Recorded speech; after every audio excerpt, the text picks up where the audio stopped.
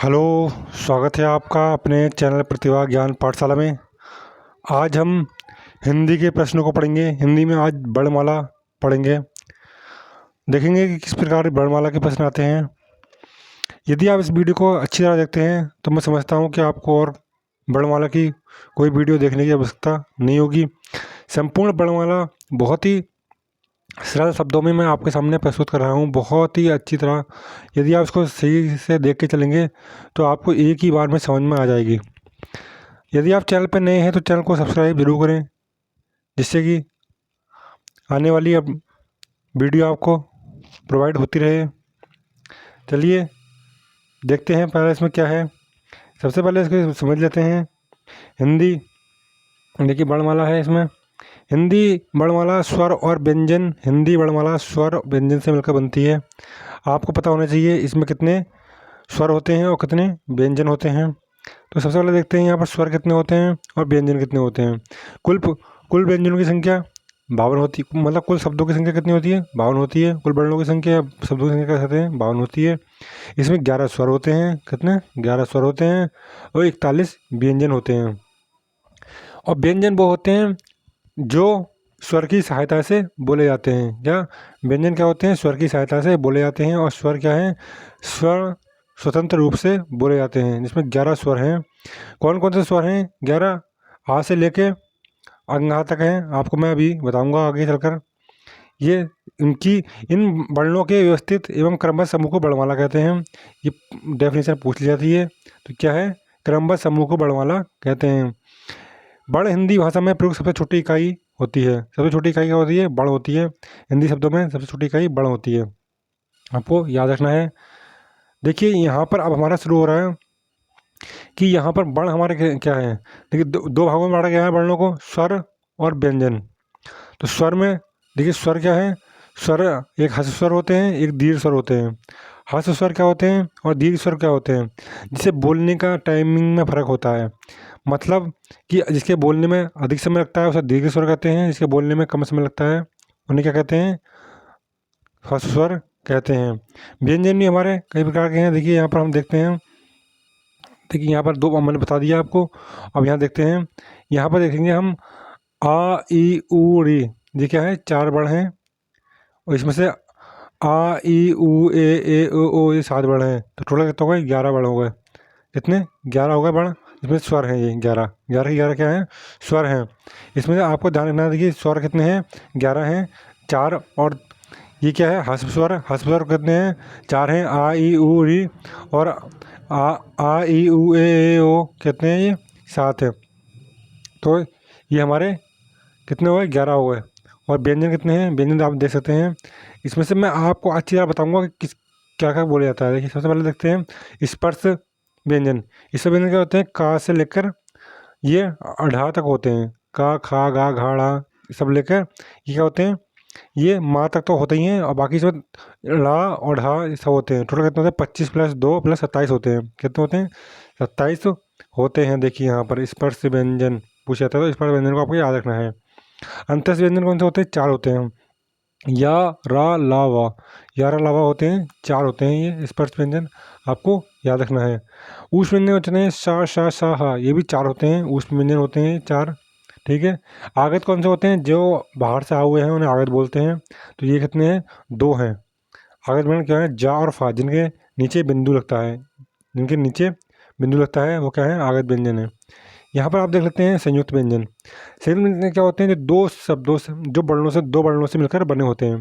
जैसे मैं अभी कहूँ कि छा, छा कैसे बनकर बना है? तो का प्लस सा से मिलकर बना है। क्या? सा, छतरी वाला। और त्रा बना है ता, ता त्रा बना है ता प्लस र से मिलकर बना है। ये क्या है? त्रा। ठीक, ये 2 शब्दों से मिलकर बने होते हैं, उन्हें क्या बोलते हैं? उन्हें बोलते हैं संयुक्त व्यंजन।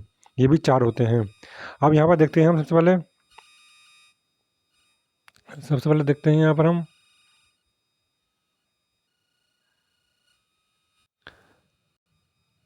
देखिए यहाँ पर स्वरों की संख्या कितनी है? 11 स्वर हैं। व्यंजनों की संख्या कितनी है? व्यंजनों की संख्या 52 है। तो टोटल कितने हैं? व्यंजनों की संख्या कितनी है? 41 है। टोटल 52 हो जाते हैं यहाँ पर। देखिए स्वर की संख्या कितनी है? 11 और व्यंजन की संख्या कितनी है? 41, टोटल कितने हो गए? 52 हो गए। आपको याद रखना है। देखिए अगला पढ़ते हैं, अगले चलते हैं, बढ़ते हैं। सबसे पहले स्वर देखते हैं, स्वर किसे कहते हैं, स्वर की डेफिनेशन समझिए। स्वर उन वर्णों को कहते हैं जिनके उच्चारण बिना किसी अवरोध तथा बिना किसी दूसरे वर्ण की सहायता से होता है। मतलब ये स्वतंत्र रूप से बोले जाते हैं। वो कितने होते हैं? आपको बताया था 11 होते हैं और वो स्वर कहलाते हैं। आगे देख समझते हैं इसको। स्वर के प्रकार कितने हैं, प्रकार के होते हैं स्वर? तो स्वर 3 प्रकार के होते हैं। कितने प्रकार के? 3 प्रकार के होते हैं ये। सबसे पहले ह्रस्व स्वर होता है, फिर दीर्घ स्वर होता है, फिर प्लुत स्वर होता है। ठीक है, ह्रस्व स्वर, दीर्घ स्वर, प्लुत स्वर। सबसे ज़्यादा बोलने में समय किसका लगता है? प्लुत स्वर का लगता है, और सबसे कम समय लगता है ह्रस्व स्वर का। और मीडियम बोलने में समय किसका लगता है? दीर्घ स्वर का। आपको यह भी ध्यान रखना है। देखिए आप देखिए ह्रस्व स्वर, ह्रस्व स्वर जिन स्वरों के उच्चारण में कम समय लगता है उन्हें ह्रस्व स्वर कहते हैं। जिनके बोलने में कम समय लगता है उसका कहते हैं ह्रस्व स्वर कहते हैं। दीर्घ स्वर कैसे कहते हैं? जिन स्वरों के उच्चारण में ह्रस्व स्वरों से अधिक समय लगता है उन्हें दीर्घ स्वर कहते हैं। क्या कहते हैं? दीर्घ स्वर कहते हैं।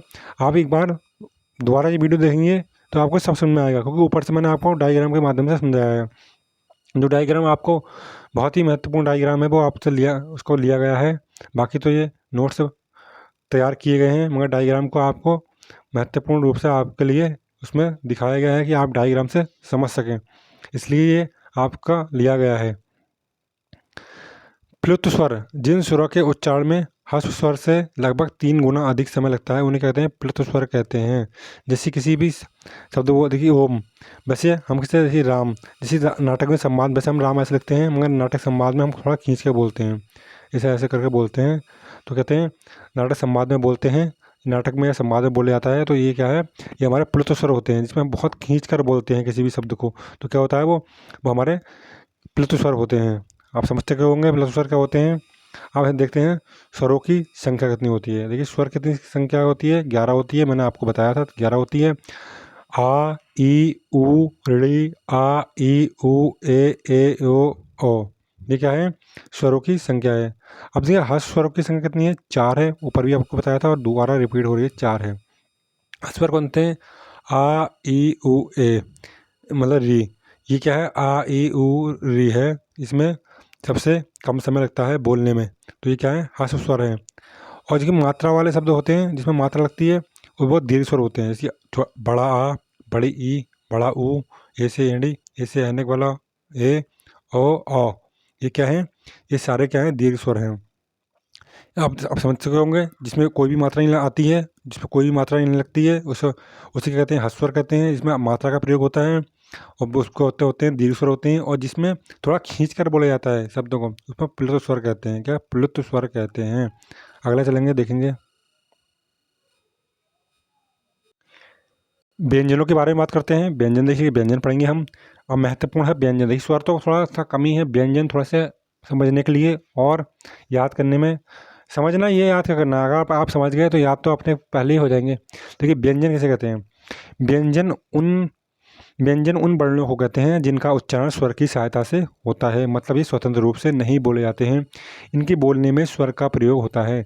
जैसे मैं माँ कहूँगा, माँ बोलूँगा तो माँ के साथ अपने आप में आ जुड़ा है। क्या जुड़ा है? आ जुड़ा है। वो कि बिना स्वर के व्यंजन बोले ही नहीं जाएंगे, उनका उच्चारण हो ही नहीं सकता। इसलिए व्यंजन उन्हें कहते हैं जो स्वर की सहायता से बोले जाते हैं। देखिए माँ बोलने में मौ, आ का प्रयोग हो रहा है, ओ का। मौ, मौ, आ का प्रयोग हो रहा है। देखिए कोई भी है जो आ से लेकर री से ऋषि तक हैं वो स्वर हैं, उनको स्वतंत्र रूप से बोल सकते हैं। लेकिन उसके आगे कौ से लेकर ज्ञा तक सब क्या हैं? व्यंजन होते हैं। कौ से लेकर ज्ञा से ज्ञानी तक ये क्या होते हैं? व्यंजन होते हैं जो किसी स्वर की सहायता से बोले जाते हैं।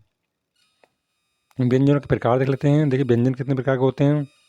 तो व्यंजन हमारे यहाँ पर देख सकते हैं आप। व्यंजन के प्रकार सबसे पहले देखेंगे हम, तो ये हमारे होते हैं व्यंजन के 3 प्रकार के होते हैं। कितने प्रकार होते हैं? व्यंजन 3 प्रकार के होते हैं वैसे तो मुख्य रूप से। बाकी आगे और पढ़ेंगे। देखिए व्यंजन 3 प्रकार के होते हैं, इसमें मुख्य रूप से 3 होते हैं, वैसे और भी होते हैं। मुख्य रूप से आपको 3 याद रखना है। बाकी देखिए अंतस्य व्यंजन मैंने बताया था आपको कितने होते हैं? या, रा, ला, वा। ठीक है, ये अंतस्य व्यंजन है। ये अंतस्य व्यंजन 2 बार लिख चुका है, कोई बात नहीं है। अंतस्य व्यंजन कितने होते हैं? अंतस्य व्यंजन ये कितने के होते हैं? 4 प्रकार के होते हैं। स्पर्श व्यंजन बताया था मैंने, 4 होते हैं। ये भी आपको मैंने बताया था ऊपर। स्पर्श व्यंजन 4 नहीं होते हैं, काफ़ी होते हैं, मैंने ऊपर अपने डायग्राम से बताया था पूरे कितने होते हैं, 27 होते हैं स्पर्श व्यंजन। ठीक है, आगे देखते हैं ऊष्म व्यंजन। ऊष्म व्यंजन कौन से होते हैं? ऊष्म व्यंजन होते हैं शो, शो, सो, हो। ये क्या है? ये है हमारे ऊष्म व्यंजन। आगे व्यंजन में बताया था फ और जौ, जिसके नीचे बिंदु लगता है, बिंदु वाले शब्द होते हैं आगे व्यंजन। अब संयुक्त व्यंजन देख लेते हैं। संयुक्त व्यंजन कौन से होते हैं? संयुक्त व्यंजन होते हैं ये छा छतरी वाला छा हो गया, त्रा हो गया, और ज्ञा से ज्ञानी हो गया, और श्रा हो गया। ये क्या है हमारे? ये संयुक्त व्यंजन होते हैं। और व्यंजनों की संख्या कितनी होती है? 41 होती है। मैंने आपको अभी बार बार बता रहा हूँ कि आपको ये समझ आ जाए। व्यंजनों की कुल संख्या 11 है। देखिए, सॉरी, स्वरों की संख्या कितनी है? 11 है। व्यंजनों की संख्या 41 है। इस पर व्यंजनों की संख्या मैंने आपको बताई थी अभी, और दोबारा देखिए सुनिए। यहाँ पर स्पर्श व्यंजन कितने हैं? 27 हैं स्पर्श व्यंजन, जिसमें से हमारे क से लेकर अड़ा तक होते हैं। और इसमें ये इन्हें उपचित व्यंजन भी बोला जाता है, इन दो को, अड़ा और ढा, क्योंकि ये उच्चित व्यंजन क्यों होता है? अड़ा और ढा एक से ही प्रयोग हो जाते हैं। जैसे मैंने लिखा, कोई कोई इनका मतलब नहीं समझ सकता, इसलिए इसका मतलब अलग होता है। अड़ा और ड़ा, ये दोनों ला बोलते हैं, क्योंकि इन पर नीचे बिंदु लगा है। अगर इन बिंदु हटाएंगे तो डा हो जाएगा और ढा हो जाएगा ये। तो ये अड़ा अड़ा होगा दोनों, तो उनको क्या बोलेंगे? उच्छिप्त व्यंजन बोलेंगे। उच्छिप्त व्यंजन द्विगुणी व्यंजन होते हैं। ये उच्छिप्त व्यंजन होते हैं, ये द्विगुणी व्यंजन होते हैं। ये दो दो गुण को प्रकट करते हैं। देखिए, ड़ा और ढा ये क्या है? द्विगुण व्यंजन भी कहते हैं इन्हें। आपको याद रखना है, ये द्विगुण व्यंजन भी होते हैं। बहुत ही महत्वपूर्ण क्लास चल रही है आपकी। आप देखेंगे अंतस्थ व्यंजन, मैंने अभी बताया था आपको। अंतस्थ व्यंजन 4 प्रकार के होते हैं। कौन कौन से? या, रा, ला, वा, ये 4 प्रकार के होते हैं अंतस्थ व्यंजन। या, रा, ला, वा, या, रा, ला, वा, ये क्या होते हैं? 4 प्रकार के आपके अंतस्थ व्यंजन होते हैं। अगले चलते हैं,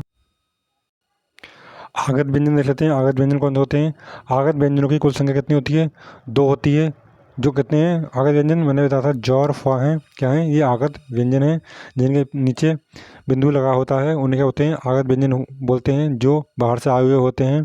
देखिए, संयुक्त व्यंजनों की कुल संख्या कितनी है? 4 है, मैंने अभी बताई थी संयुक्त व्यंजन। देखिए 4 क्या हैं, कौन कौन से? एक मैंने छा छतरी बताया था, एक तिरा बताया था, एक तिरा बताया था, और एक सिरा बताया था, और एक ज्ञा से ज्ञानी वाला ज्ञ बताया था। तो ये किस किस से मिलकर बने होते हैं? आप देख सकते हैं। क छा छतरी को बनाने के लिए हम का और सा का प्रयोग करते हैं। त्रा और त्रा का बनाने के लिए ता और रा का प्रयोग करते हैं, ये हमारा त्रा बनता है। ज्या से ज्ञानी बनाने के लिए ज और यों का प्रयोग करते हैं। शरा बनाने के लिए श और रा का प्रयोग करते हैं। आपको याद रखना है, बहुत ही महत्वपूर्ण है। अयोग बहा वर्ण कौन से होते हैं? अयोग बहा वर्ण वो होते हैं जो आपके बिंदु वाले शब्द होते हैं। जो बिंदु होते हैं उन्हें अयोग बहा कहते हैं। जैसे विसर्ग और स्वर्ग, विसर्ग और क्या हो? अनुस्वर होते हैं। अनुस्वर कौन से होते हैं? अनुस्वर जो जैसे कि ऊपर बिंदु लगता है, तो ये क्या है? इनका बिंदु का महत्व होता है। जो बिंदु है ये, इनका महत्व होता है, इन्हें अनुस्वर बोलते हैं। और जो शब्द के पीछे लगते हैं उन्हें विसर्ग बोलते हैं। जैसे मैंने किसी शब्द के पीछे माना, क के पीछे ये हमारे विसर्ग हो गए। ये क्या है? विसर्ग हो गए। अगर ऊपर लग जाता तो ये क्या होता था? अनुस्वर हो जाता। ठीक है, ये बिंदु को बोलते हैं अनुस्वर और विसर्ग बोलते हैं। ये अपने आप में स्वतंत्र रूप से प्रयोग नहीं होते हैं, ना कोई मान इनका कोई महत्व होता है, मगर अगर किसी शब्द के साथ ये जुड़ जाते हैं तो इनका महत्व बढ़ जाता है। बाकी इनका कोई अपने आप स्वतंत्र महत्व नहीं होता है। अयोग वह वर्ण होते हैं कौन कौन से? अंग, जो अंग और क्या होते हैं? ये बिंदु वाले होते हैं, और विसर्ग जो पीछे लगते हैं। ठीक है, आपको याद रखना है। अनुस्वर, अनुस्वर क्या होते हैं? देखिए, अनुस्वर देख लेते हैं। अनुस्वर स्वर के बाद बोले जाने वाला हलंत। क्या है? स्वर के बाद बोले जाने वाला हलंत। मैंने अभी बताया था अनुस्वर वही होता है जो पीछे लगता है स्वर के बाद। तो क्या है? अर्धध्वनि, इसे अर्धध्वनि भी कहते हैं। क्या होती है? अर्धध्वनि भी बोल सकते हैं इसे। जैसे प्रापंच में ये ऊपर लगा है, तो ये क्या है? ऊपर बिंदु, ये बिंदु लगा है, इसको कहते हैं अनुस्वर कहते हैं। कंठ में ये ऊपर लगा है, ये क्या है? ये हमारा अनुस्वर है। विसर्ग पीछे लगता है, मैंने आपको समझाया था। विसर्ग क्या लगता है? शब्दों के पीछे लगता है। ये महाप्राण सूचक एक स्वर है, इसे महाप्राण भी कहते हैं। अभी हम पढ़ेंगे अल्पप्राण और महाप्राण। ठीक है, इसे अल्पप्राण और महाप्राण भी आपको पढ़ने वाले हैं हम। विसर्ग को देखिए, एक बार और देख लीजिए। विसर्ग क्या होता है? विसर्ग महाप्राण सूचक एक स्वर है, जिसे जिसे प्रातः, अतः, संभवतः आदि, क्योंकि ये हमारे क्या हैं? ये पीछे लग रहे हैं शब्दों के, इसलिए इन्हें क्या बोलते हैं? विसर्ग। स्वर्ग, अनुस्वर क्या लगते हैं? ऊपर लगते हैं शब्दों के, और विसर्ग पीछे लगते हैं शब्दों के। जैसे क है या अंग है या जो भी है, आप क्या है, ये अनुस्वर और विसर्ग होते हैं। देखिए अब इसको देख लेते हैं कि भारत सरकार के केंद्रीय हिंदी निदेशालय तथा राष्ट्रीय शैक्षिक अनुसंधान और प्रशिक्षण परिषद द्वारा मानक हिंदी वर्णमाला का निर्धारण इस प्रकार किया गया है। आ ई उ री री ओ का खा। अब इसके बारे में पढ़ेंगे। अभी देखिए पूरे कितने हैं, सा हा। इसमें से देखिए मैंने आपको बताया था, इसमें से क्या है, ये ऊष्म व्यंजन है, ये क्या है, ये अंतस व्यंजन है, ये सारे के सारे हैं। अब देखते हैं छा त्रा ग्रा स्रा, तो ये संयुक्त व्यंजन हैं। ये क्या है, संयुक्त व्यंजन। आपने अभी पढ़ा था संयुक्त व्यंजन कितने होते हैं, ये संयुक्त व्यंजन है, जिसमें जा और फा क्या है, आगत व्यंजन है। अब देखते हैं स्वर। देखिए स्वर, आप इसी डायग्राम को समझते हैं। स्वर कितने हैं, स्वर को मैंने अभी आप बताया था आपको स्वर, तो स्वर को देख लेते हैं क्या है स्वर्ग। तो स्वर्ग देखिए पहले,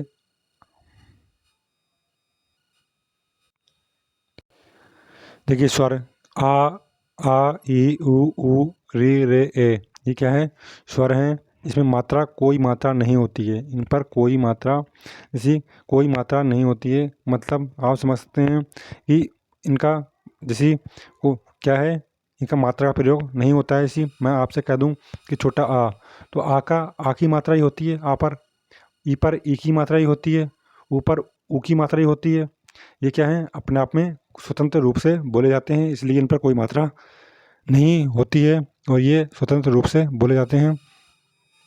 देखिए आप थोड़ा समझ सकते हैं, अंग और आहा आदि हिंदी हिंदी वर्णमाला में ऐसे वर्ण हैं जिनकी गिनती ना तो स्वरों में होती है और ना ही व्यंजनों में होती है। इन्हें क्या कहते हैं, अयोगवाह कहते हैं। क्या कहते हैं, अयोगवाह। ना तो ये मुख्य रूप से स्वर होते हैं और ना ही ये व्यंजन होते हैं। इनकी गिनती क्या होती है, अयोगवाह में होती है। आपको याद रखना है ये क्या है, अयोगवाह है। अयोगवाह का अर्थ है जो योग ना होने पर भी साथ रहें। वर्णमाला में अयोगवाह का स्थान स्वरों के बाद और व्यंजनों से पहले होता है। आ को अनुस्वर, आ को विसर्ग कहते हैं। रंग इंग अंग, ये क्या है, जिसके ऊपर बिंदु लगती हैं उन्हें क्या कहते हैं, अनुस्वर, और जिनके पीछे बिंदु लगती है उन्हें कहते हैं विसर्ग कहते हैं। अनुस्वर, अभी पूछा गया था एग्जाम में, अनुस्वर और विसर्ग, तो क्या आपको समझना है इनको। अनुस्वर और विसर्ग ना तो स्वर होते हैं और ना ही ये व्यंजन होते हैं, लेकिन ये गिनती स्वर और व्यंजन में दोनों में नहीं होती है। ठीक है, आपको याद रखना है, लेकिन स्वर और व्यंजन दोनों ही इनका उपयोग कर सकते हैं। क्या, स्वर और व्यंजन दोनों ही इनका उपयोग कर सकते हैं। ये ये हमारे आज की महत्वपूर्ण क्लास थी। अब अगली क्लास में हम इसी के बारे में पढ़ेंगे कि इसमें से महाप्राण ध्वनि कौन सी होती हैं और अल्पप्राण कौन सी होती हैं, और सघोष क्या होता है और अघोष क्या होते हैं। ये आप सारा हम कुछ पढ़ेंगे अगली क्लास में। ये आज ज़्यादा क्लास लंबी हो जाएगी, इसलिए इसको क्लास को यहीं समझते हैं। खाली हमारे समझने के लिए सघोष अघोष बचा है, और बाकी चीज़ें। ये आज के महत्वपूर्ण प्रश्न थे। यदि आपको ये प्रश्न अच्छे लगे हों तो वीडियो को लाइक करें, शेयर करें और चैनल को सब्सक्राइब जरूर करें। जय हिंद।